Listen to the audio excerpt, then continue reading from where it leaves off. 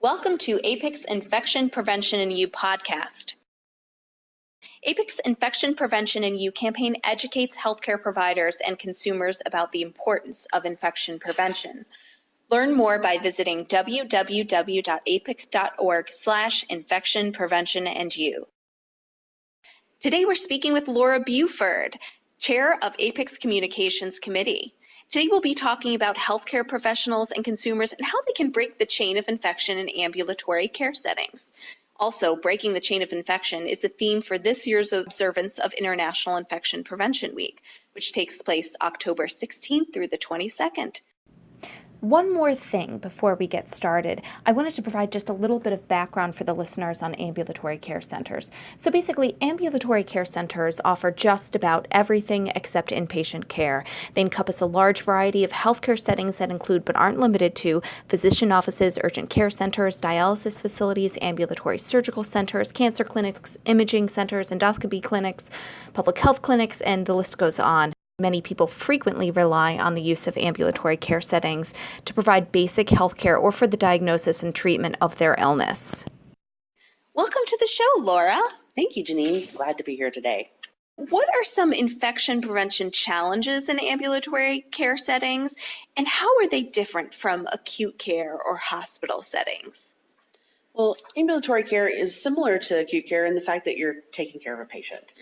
But that's pretty much where the similarities stay. The differences are you've got patients for a very short period of time, you're a smaller setting, and you also don't necessarily do things to the fullest extent that you do in a hospital. It's mainly just because you don't have as much time with that person. So what do you think are some things that patients and healthcare professionals can do to break the chain of infection in ambulatory care settings? I think the biggest thing, and it's what we always preach for hundreds of years now, hand hygiene. That's a big thing. I think we get away from it in smaller areas and smaller settings because they're a little bit more intimate, and I think people forget that they need to still do the hand hygiene.